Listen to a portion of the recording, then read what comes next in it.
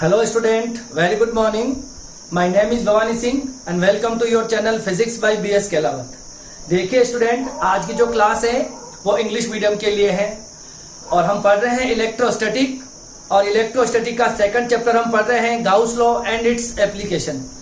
और अभी तक हम इस चैप्टर नंबर सेकंड पर अभी तक हम टोटल 6 लेक्चर कर चुके हैं और आज हम लेके आए हैं लेक्चर नंबर 7। आज हम पढ़ने वाले हैं गाउस लॉ पर न्यूमेरिकल्स। देखो लास्ट क्लास में हमने क्या पढ़ा था, तो लास्ट क्लास में हमने गाउस लॉ का स्टेटमेंट पढ़ा था और हमने गाउस लॉ के प्रूफ देखे थे। और हमने गाउस लॉ के प्रूफ दो तरीके से देखे थे। एक मैंने बताया था कि हमने सिमेट्रिकल गॉसियन सरफेस ली थी और एक मैंने असिमेट्रिकल गॉसियन सरफेस ली थी, मतलब कोई आर्बिट्रेरी गॉसियन सरफेस थी, उसके लिए मैंने गाउस लॉ को प्रूव किया था। तो देखो गाउस लॉ क्या था। गाउस लॉ आपको क्या बताता है, तो किसी क्लोज सरफेस से पास होने वाले इलेक्ट्रिक फ्लक्स के बारे में आपको बताता है। ठीक है, मतलब देखिए जैसे कि मैं आपको बताऊं, ये एक क्लोज सरफेस है और यहां पर क्यू चार्ज रखा गया है। तो इस क्लोज सरफेस से जो फ्लक्स पास होगा वो फ्लक्स कितना होगा, तो वो फ्लक्स हो जाएगा उसके अंदर रखे गए चार्ज का 1/ε0 टाइम्स। ठीक है, इसका मतलब इससे पास होने वाला जो फ्लक्स होता है वो उसके अंदर रखे गए चार्ज पर डिपेंड करता था। क्लियर है। फिर मैंने आपको बताया था कि अगर मैं कोई सिमेट्रिकल सरफेस ले लूं और या कोई मैं आर्बिट्रेरी सरफेस ले लूं, अंदर क्यू चार्ज रखे गए हैं, तो दोनों के लिए फ्लक्स की जो वैल्यू होगी वो क्या हो जाएगी, Q/ε0 और Q/ε0। तो क्या मतलब निकल रहा है इसका मतलब किसी क्लोज सरफेस से पास होने वाला जो फ्लक्स होता है ना, वो गॉसियन सरफेस की शेप पर डिपेंड नहीं करता। वो किस पर डिपेंड करता है, तो वो डिपेंड करता है उसके अंदर कितना चार्ज रखा गया। इसका मतलब यहाँ इस फॉर्मूले में, ये जो गाउस लॉ जो है, इस गाउस लॉ के फॉर्मूले में यहाँ जो Q आता है दैट इज Q इनसाइड, मतलब उस क्लोज सरफेस के अंदर कितना चार्ज रखा गया है, तो उस पर डिपेंड करेगा कि फ्लक्स कितना हो जाएगा। क्लियर है।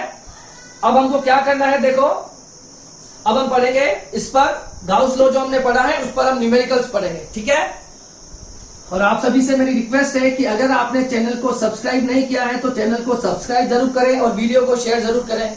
जब तक ये वीडियो सभी तक नहीं पहुंचेगा और लोग अगर वीडियोस नहीं देखेंगे तो मैं आगे वीडियोस कैसे बना पाऊंगा। ठीक है, तो आपसे रिक्वेस्ट है कि जो भी इस चैनल से जुड़े हुए हैं कोशिश करें इन वीडियोस को शेयर जरूर करें कम से कम, ताकि ये जो वीडियोस हैं वो मैक्सिमम लोगों तक पहुंच पाए। ठीक है, तो देखिए आज का जो पहला न्यूमेरिकल है वो क्या कह रहा है उसके बारे में देख लेते हैं। ठीक है, यहां पर एक डायग्राम बना हुआ था इस तरह से कुछ। ओके, पहला न्यूमेरिकल देखो, at a centre of a circular surface of radius 0.03। एक सर्कुलर सरफेस है, सॉरी एट अ सर्कुलर, इस तरह से एक सर्कुलर सरफेस है, उसकी जो रेडियस दे रखी है दैट इज 0.03 मीटर्स। उसके अंदर चार्ज रखा गया है जिसकी जो वैल्यू है दैट इज 7.6 माइक्रोकूलम। और आपसे पूछा गया है please find the value of electric flux associated with the circular surface. What would be the value of charge and flux if the radius of surface is double. सबसे पहले तो आपको इस गिवन डायग्राम के लिए फ्लक्स निकालना है। उसके बाद आपको यह पूछा गया है कि अगर हम इसकी रेडियस को डबल कर दें तो फ्लक्स कितना होगा। तो पहले हम क्या करते हैं, देखो आपको रेडियस दे रखी है 0.03 मीटर, आपको जो चार्ज दे रखा है दैट इज 7.6 माइक्रोकूलम और इसको हम कूलम में कन्वर्ट कर लेंगे 10⁻⁻⁶। आपसे पूछा गया है फ्लक्स, तो आपको पता है कि फ्लक्स कितना होता है, तो किसी क्लोज सरफेस से पास होने वाला फ्लक्स उसके अंदर रखे गए चार्ज का 1/ε0 टाइम्स होता है। यही होता ना, फ्लक्स पूछा गया, ये Q इनसाइड है, तो फ्लक्स की वैल्यू क्या हो जाएगी बताओ। Q इनसाइड कितना है, 7.6 इंटू 10⁻⁻⁶। ε0 जो होता है दैट इज 8.85 10⁻⁻12। ये परमिटिविटी ऑफ फ्री स्पेस होती है, तो 8.85 10⁻⁻12। इसको सॉल्व कर लो, 7.6 8.85 10⁻⁻6 और ऊपर भेज देंगे +12 हो जाएगी। तो फ्लक्स कितना हो जाएगा, 7.6 अपॉन 8.85 10⁻⁶। अब देखिए 7.6 में 8.8 को डिवाइड नहीं कर पाएंगे तो हम क्या करेंगे, उधर से एक जीरो को कॉपी कर लेंगे, यहाँ हो जाएगा 70.6 इंटू 10 टू पावर 6 और आ जाएगा 8.85। ठीक है, अब हम 70.6 में से 8.85 को डिवाइड करेंगे तो अप्रोक्स आएगा 8.6 10 टू पावर 6। क्लियर है, सॉरी 5 हो जाएगा ना, 1 10 टू पावर 5। यहां 70 कर दिया तो एक जीरो यहां से कम कर देंगे। ठीक है, न्यूटन मीटर स्क्वायर पर कूलम स्क्वायर पर कूलम। ठीक है, ये हो जाएगा इसका आंसर। अब इसने एक क्वेश्चन और पूछा गया, if the radius of the surface is double, अगर आप रेडियस को डबल भी कर दोगे, रेडियस को क्या कर दोगे, रेडियस को r की जगह आप 2r कर दोगे तो क्या फ्लक्स इस वाले फॉर्मूले में कहीं आपको r दिख रहा है क्या? तो फ्लक्स होता है वो r पर डिपेंड ही नहीं करेगा, ये शेप किसी भी तरह का हो, क्लोज सरफेस होना चाहिए और उसके अंदर चार्ज कितना है, तो फ्लक्स जो डिपेंड करता है वो अंदर रखे गए चार्ज पर डिपेंड करता है। तो क्या लिखोगे, flux does not depends upon radius of closed surface, close surface की रेडियस पर डिपेंड नहीं करेगा, तो it means flux remain same. तो फ्लक्स क्या रहेगा, फ्लक्स आपका सेम ही रहने वाला है। यह पहला क्वेश्चन है, बहुत इजी क्वेश्चन है, इजीली कर सकते हो। सेकंड क्वेश्चन पे आ जाते हैं, यूनिट जरूर लिखनी है। ठीक है, according to the figure a point charge is Q is placed at the centre of a semi circular surface. एक सेमी सर्कुलर सरफेस दे रखी है और उस पर क्यू चार्ज रखा गया है इसके सेंटर पर। आपसे पूछा गया है कि इससे कितना फ्लक्स पास होगा। तो देखो, आपको अगर गाउस लॉ अप्लाई करना है तो आपको क्लोज सरफेस बनानी पड़ेगी और ये सरफेस तो क्लोज नहीं है। तो पहले हम क्या करेंगे, हम इमेजिन करेंगे कि मान लो ये पूरा का पूरा एक स्फीयर हो जाएगा, सेमी सर्कुलर नहीं, पूरा का पूरा सर्कुलर सरफेस हो जाएगा। अब देखिए, इसको मानो इसके अंदर कितना चार्ज रखा गया है, क्यू चार्ज रखा गया है। ठीक है, तो पहले हम क्या करेंगे, flux through circular surface, total circular surface है जो फ्लक्स पास होगा वो कितना हो जाएगा, उसके अंदर रखे गए चार्ज का एप्सिलॉन नॉट टाइम्स। ठीक है, so flux passing through semi circular, flux passing through semi circular surface, semi circular surface से कितना फ्लक्स पास होगा, तो इस पूरे सर्कुलर से हो रहा है Q अपॉन एप्सिलॉन नॉट, तो सेमी सर्कुलर से जो पास हो जाएगा वो फ्लक्स हो जाएगा आपके पास, टोटल फ्लक्स को 2 से डिवाइड कर दो, टोटल फ्लक्स ये आ रहा है, आपको सेमी सर्कुलर के लिए चाहिए तो इसको 2 से डिवाइड कर दो, that is Q upon 2 epsilon not. तो ये आंसर हो जाएगा आपके पास। ठीक है, देखो आपको सेमी सर्कुलर दे रखा था तो आप इसके लिए गाउस का लॉ अप्लाई नहीं कर सकते हो, तो पहले आपको इसको सेमी सर्कुलर को पूरा सर्कुलर शेप बनाना होगा और उसके लिए फ्लक्स निकाल लेंगे, और फिर आपको सेमी सर्कुलर के लिए पूछा है तो इसको हम 2 से डिवाइड कर देंगे टोटल फ्लक्स को। क्लियर है, तो इस तरह के छोटे क्वेश्चंस हैं वो 1 मार्क्स में पूछे जाते हैं। अब हम इसको आप कॉपी करो, फिर हम करते हैं नेक्स्ट क्वेश्चन। देखो, अब न्यूमेरिकल नंबर 3 क्या कह रहा है, according to the figure a cube is placed in electric field. एक क्यूब जो है वो एक इलेक्ट्रिक फील्ड में रखा गया है और उस इलेक्ट्रिक फील्ड की वैल्यू दे रखी है E0xi, मतलब इलेक्ट्रिक फील्ड की जो डायरेक्शन है वो i कैप है, मतलब x वाली डायरेक्शन में इलेक्ट्रिक फील्ड है।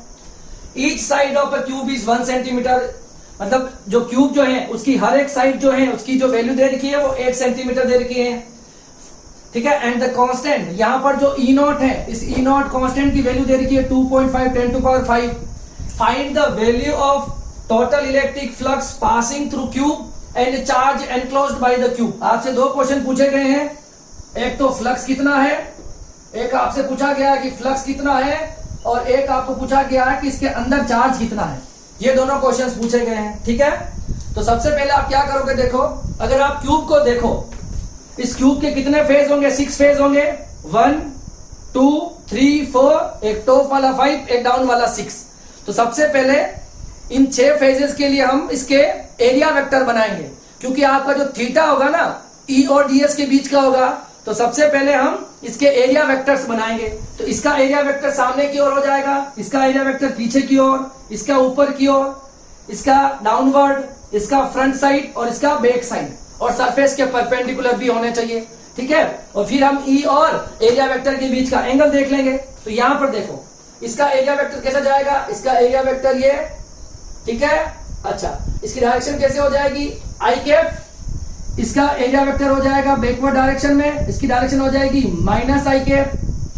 अच्छा, इसमें इलेक्ट्रिक फील्ड फ्रंट वाला जो फेज है ये वाला ऊपर वाला, इसमें देखो एरिया वेक्टर ऊपर की ओर, इलेक्ट्रिक फील्ड सामने की ओर, थीटा कितना हो जाएगा 90।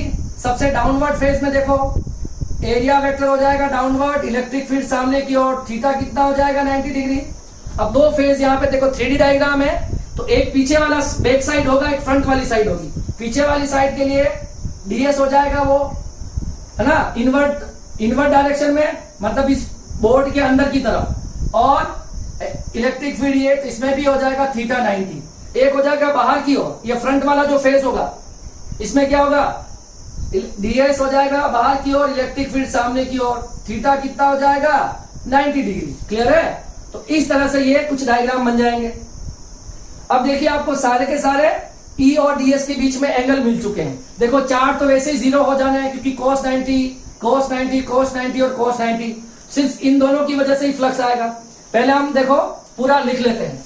पूरा फ्लक्स क्या आएगा, फ्लक्स टोटल, तो E डॉट ds, 6 फेजेस है तो 6 बार लिखना पड़ेगा इसको, ठीक है।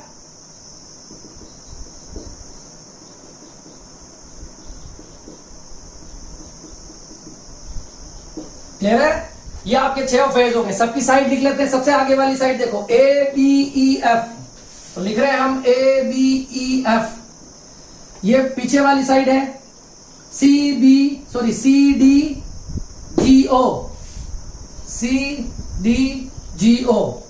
एक ऊपर वाली साइड CEBD,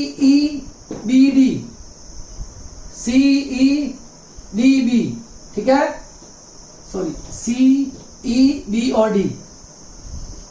अच्छा, एक डाउन वाली भी OFAG, ठीक है। अच्छा, एक पीछे वाली बचेगी, पीछे वाली हो जाएगी आपके पास, देखो पीछे वाली ECOF, यही होगी ना, ECOF। एक हो जाएगी फ्रंट वाली, तो BDGA। ये आपकी 6 साइड हो गई, ठीक है। अब देखिए सबकी वैल्यू रखेंगे। ये E डॉट ds है, ठीक है, E डॉट ds है, ठीक है। इसमें देखिए इसकी जो डायरेक्शन है इस पहले वाली फेज की, ये किस वाली डायरेक्शन में बताओ, ये आई कैप वाली डायरेक्शन में है इलेक्ट्रिक फील्ड, ठीक है। अब देखो वैल्यू रख देंगे, चलो E की वैल्यू रख दो। E की वैल्यू क्या है हमारे पास, E not XI cap dot ds की वैल्यू क्या हो जाएगी बताओ।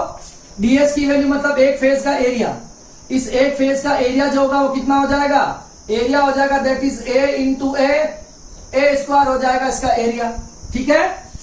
तो एरिया हो जाएगा आपके पास A square E dot A square, ठीक है। आगे देखो, और ये हो जाएगा आपके पास आई कैप, ठीक है। एरिया की डायरेक्शन जो है वो किधर है, आई वाली डायरेक्शन में है। इसी तरह से इसके लिए भी देखो, इस वाले फेज के लिए CDGO, ठीक है। इसमें भी वैल्यू रख दो E not XI dot A square और माइनस आई कैप। इसमें देखो डायरेक्शन क्या हो जाएगी इसका, माइनस आई कैप।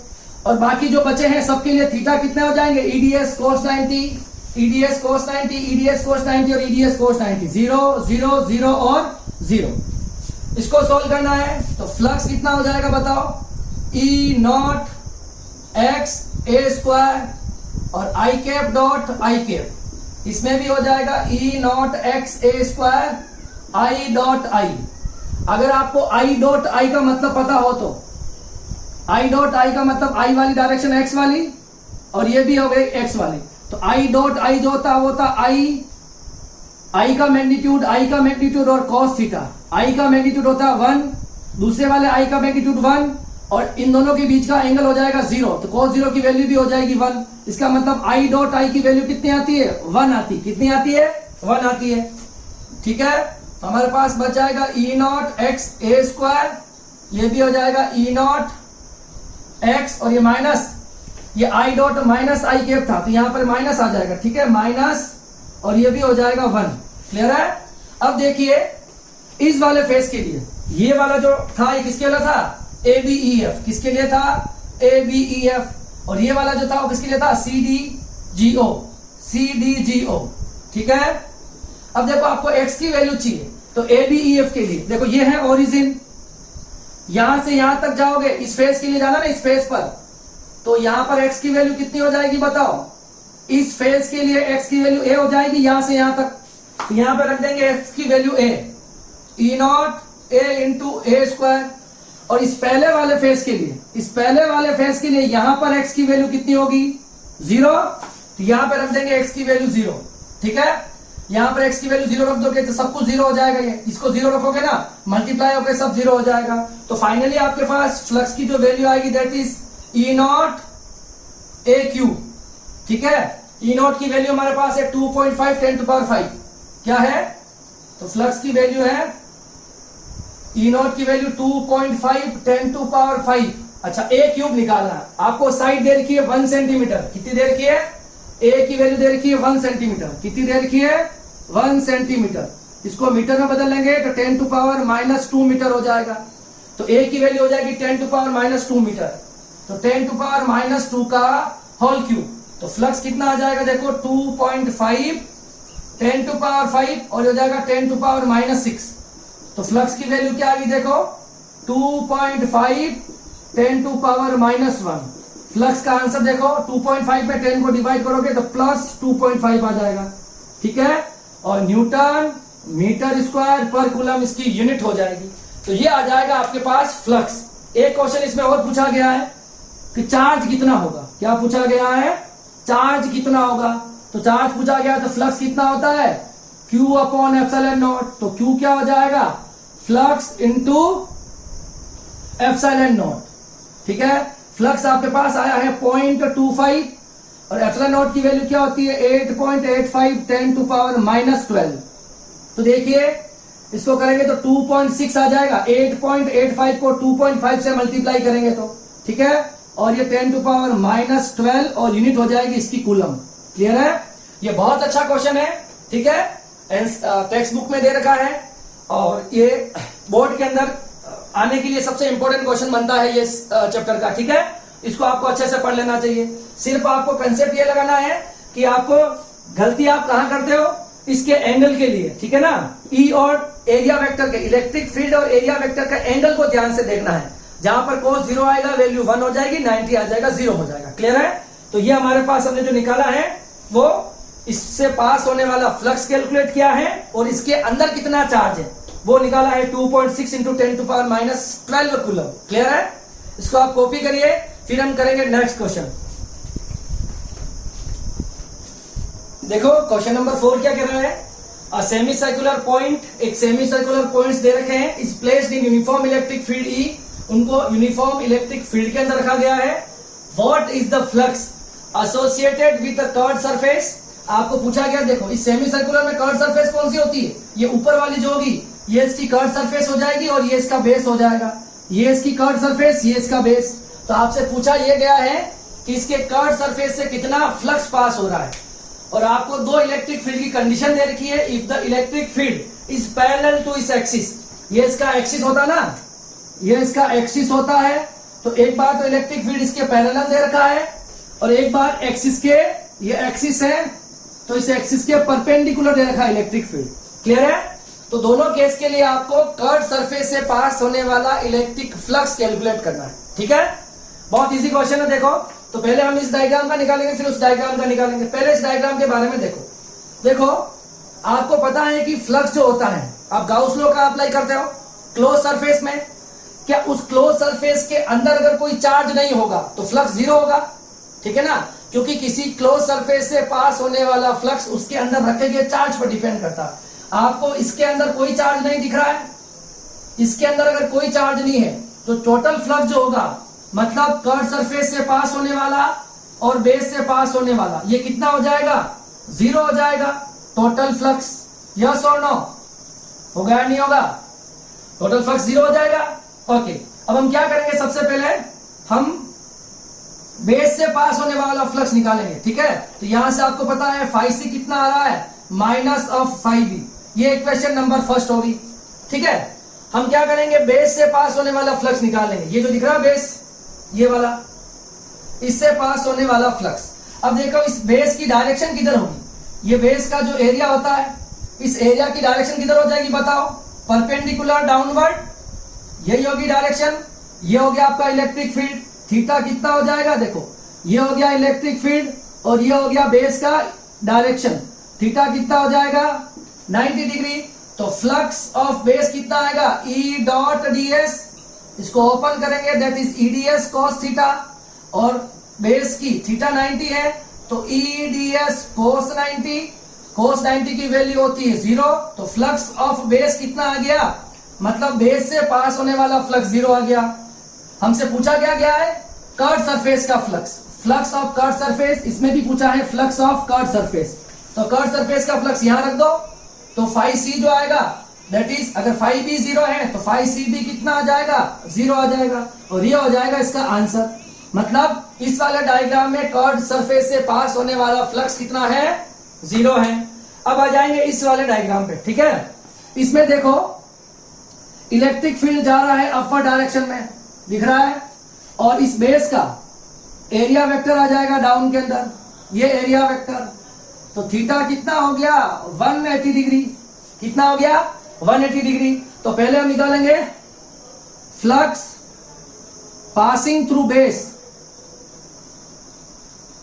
पासिंग थ्रू बेस कितना हो जाएगा फ्लक्स बताओ, ई डॉट डीएस, यहां लिखेंगे ई डीएस कॉस थीटा, और कॉस थीटा आपको दे रखा है कॉस 180, कॉस 180 की वैल्यू होती है -1। तो फ्लक्स जो आएगा बेस का, फ्लक्स ऑफ बेस कितना आ जाएगा, ई डीएस कॉस 180 की वैल्यू -1, तो फ्लक्स की वैल्यू आ गई माइनस ऑफ ईडीएस, आ गई माइनस ऑफ ईडीएस।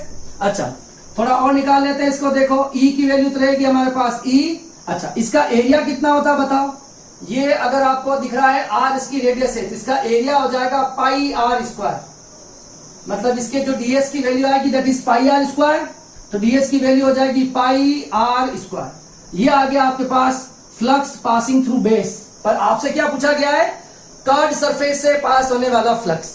तो आपको पता है क्या हो जाएगा, phi B equals to minus of phi C, ठीक है।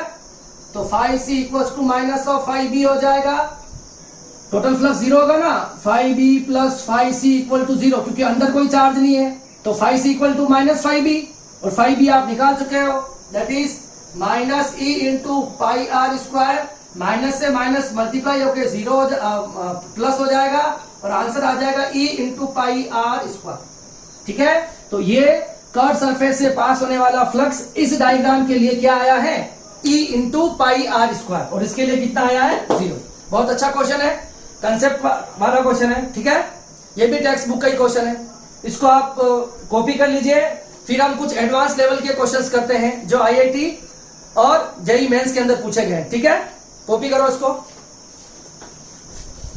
देखिए क्वेश्चन नंबर 5 क्या है, आपको एक सिलेंडर दे रखा है, उस सिलेंडर की लेंथ आपको 2r दे रखी है, और उस सिलेंडर के क्रॉस सेक्शन एरिया की जो रेडियस है वो r दे रखी है, और आपको सेंटर में रखा गया है कोई q चार्ज, और आपसे ये पूछा गया है कि इसके कर्व सरफेस से पास होने वाला, कर्व सरफेस कौन सा होता है, देखो ये वाला, ये वाला जो होता है ये होता है इसका कर्व सरफेस। ये पूछा गया है इस कर्व सरफेस से जो फ्लक्स पास हो रहा है वो आपसे इस क्वेश्चन के अंदर पूछा गया है, ठीक है। तो देखिए आपको इस पूरे का फ्लक्स निकालने के बाद इस वाले का माइनस करना पड़ेगा, ये वाला और ये वाला जो आपको डायग्राम दिख रहा है, ठीक है, इसको भी माइनस करना पड़ेगा और इसका फ्लक्स भी माइनस करना पड़ेगा। तो टोटल फ्लक्स निकालने के बाद इन दोनों का फ्लक्स माइनस कर देंगे तो कर्व सरफेस से पास होने वाला फ्लक्स आ जाएगा। क्लियर है। अब देखिए ये आपको दिख रहा है कोण के शेप में दिख रहा है, मैं इस डायग्राम को यहां बना देता हूं, देखो थोड़ा से बड़े फॉर्म में।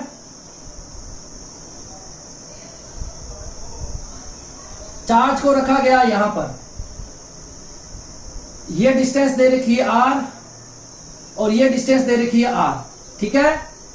ये टोटल 2r है तो ये भी r हो जाएगी और ये भी r हो जाएगी। तो देखिए ये एक कोण बन जाएगा ऊपर और ये एक कोण बन जाएगा डाउनवर्ड डायरेक्शन में। आपको फ्लक्स जो निकालना है वो आपको कर्व सरफेस एरिया का निकालना है। तो मैंने ये पहले मैं इस दो कोण जो आपको दिख रहे हैं इन दोनों कोणों का कर्व सरफेस निकाल लूंगा, यहां से पास होने वाला फ्लक्स निकाल लूंगा और फिर टोटल में से इसको माइनस कर दूंगा तो आपके पास इस कर्व सरफेस से पास होने वाला फ्लक्स आ जाएगा। क्लियर है? अच्छा, अब देखिए ये कोण वाला जो डेरिवेशन है, इस कोण के सेंटर में मतलब कोण के बेस से H R distance perpendicular downward direction में अगर यहाँ पे कोई क्यू चार्ज रखा गया है तो यहां से जो पास होने वाला फ्लक्स होता है, इसके लिए मैंने 2 लेक्चर पहले मैंने एक डेरिवेशन पूरा किया है और उस वक्त मैंने आपको बताया था ये डेरिवेशन बोर्ड के लिए काफी इंपॉर्टेंट है और जो एडवांस की तैयारी कर रहे हैं उसको इसका सॉल्यूशन याद होना चाहिए। तो जब मैंने बताया था आपको ये अगर एक कोण है और यहाँ पर क्यू चार्ज रखा गया है, इससे पास होने वाला जो फ्लक्स होता है that is q/2ε0 1 - cos theta. Clear है? तो ये आपको याद रखना होगा। तो कोण से पास होने वाला फ्लक्स जो होता है वो इतना होता है। अब इसमें देखिए इसमें 2 कोण बन रहे हैं, एक ऊपर वाला कोण ये कोण नंबर फर्स्ट और एक कोण नंबर सेकंड।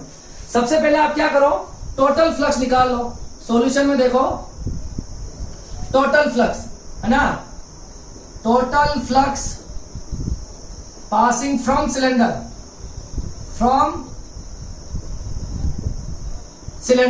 तो टोटल फ्लक्स कितना हो जाएगा बताओ।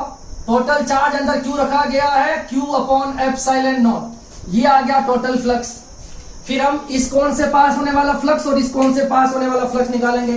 तो देखिए फ्लक्स पासिंग थ्रू फर्स्ट कोण कितना हो जाएगा, एक कोण का q/2ε0 1 - cos थीटा। अब देखिए ये डिस्टेंस r है, ये r है और ये 90 है, तो ये भी 45 होगा और ये भी 45, सेमी वर्टेक्स एंगल। यस और नो?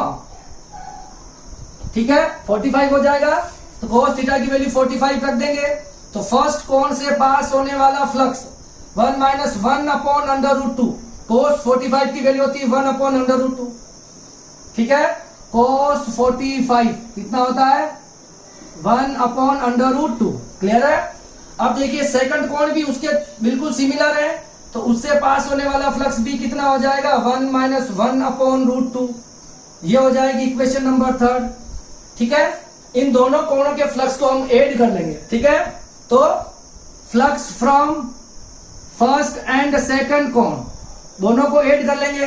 देखो यहां पर कितना है q/2ε0 और यहां पर भी 2/q/0।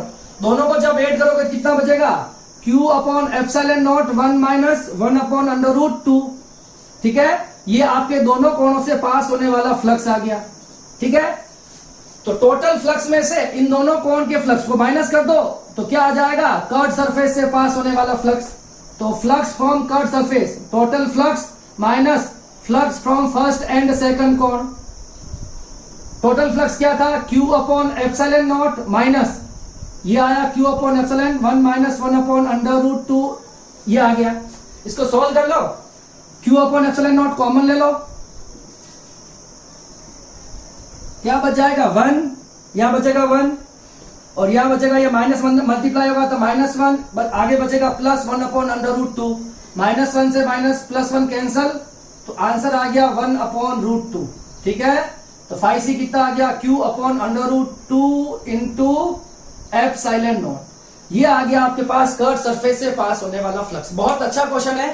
ठीक है, या इस तरह के क्वेश्चंस आपको आने चाहिए, आपके कंसेप्ट बहुत अच्छे हो जाएंगे। ठीक है, तो इसके लिए आपको ये याद रखना होगा। इसका मैंने आपको डेरिवेशन कराया है, आप जाके वो डेरिवेशन कंप्लीट कर सकते हो कि यहाँ कोण से पास होने वाला फ्लक्स q/2ε0 1 - cos थीटा कैसे आता है। क्लियर है? तो आप 2 वीडियो पीछे जाके इसका डेरिवेशन भी आप देख सकते हो। क्लियर है?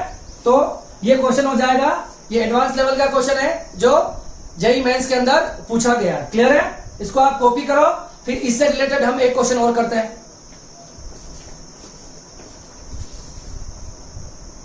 देखिए क्वेश्चन नंबर 6 क्या कह रहा है, ये भी एडवांस लेवल का क्वेश्चन है।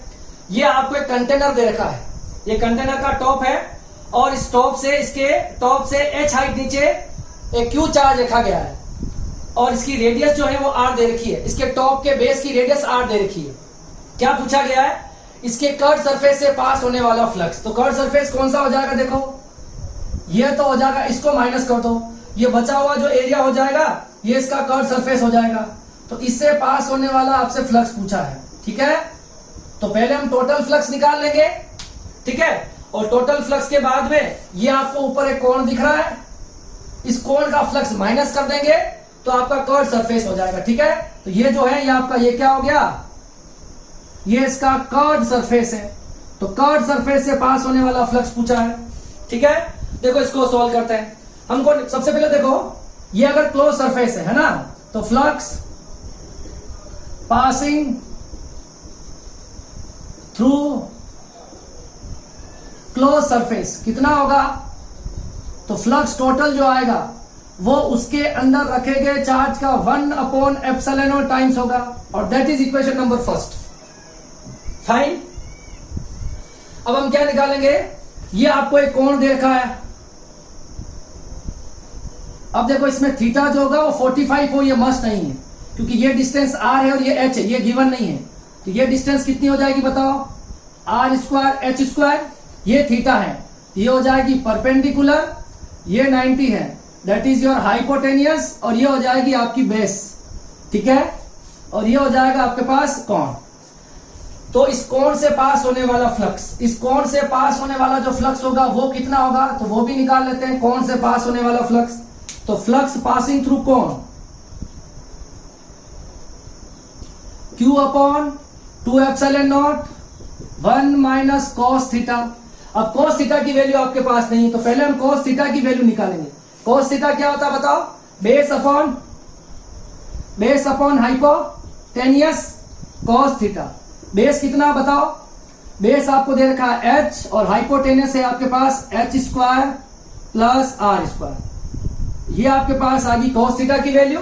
इस कॉस थीटा की वैल्यू को यहां पे रख दो, ठीक है। तो कॉस थीटा की वैल्यू को यहां रख देंगे हम, तो फाई ऑफ कोण कितना आ गया? Q/2ε0 1 minus h/√h square are square, ठीक है। ये आ जाएगा फ्लक्स पासिंग थ्रू कोण। कोण का फ्लक्स आ गया, इसको इक्वेशन नंबर सेकंड दे देंगे। अब आपसे पूछा गया है कर्व सरफेस है, तो टोटल फ्लक्स ये निकाल लिया इस पूरे कंटेनर के लिए, और कोण से पास होने वाला फ्लक्स ये निकाल लिया।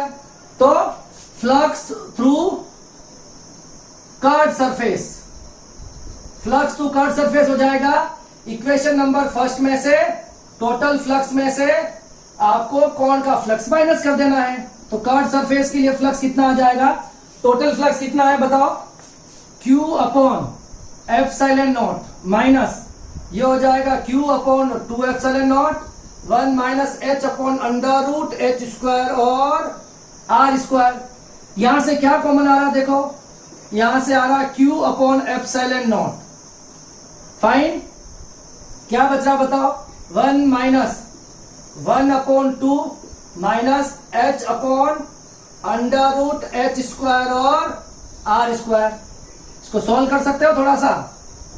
Q/ε0 1 minus 1/2 plus 1/2 h into h square और आर स्क्वायर। आपको देखो 1/2। अब देखिए इस 1 में से 1/2 माइनस होगा तो कितना बचेगा बताओ? यहां पर 1/2 बचेगा, ये आपका 1/2 h/√h स्क्वायर और आर स्क्वायर। क्लियर है? अब हम क्या करेंगे? 1/2 वापस कॉमन निकाल लो, ठीक है। मैं इसको यहां लिख रहा हूं उसके आंसर को, ठीक है। तो flux, total flux 1/2 Q/ε0, 1/2 common निकाल लिया तो क्या बच जाएगा बताओ? 1/2 कॉमन निकाल लोगे आप तो क्या बचेगा? वो वापस वही बचेगा 1 प्लस h/√h स्क्वायर और आर स्क्वायर, ठीक है ना। ये इसका आंसर हो जाएगा,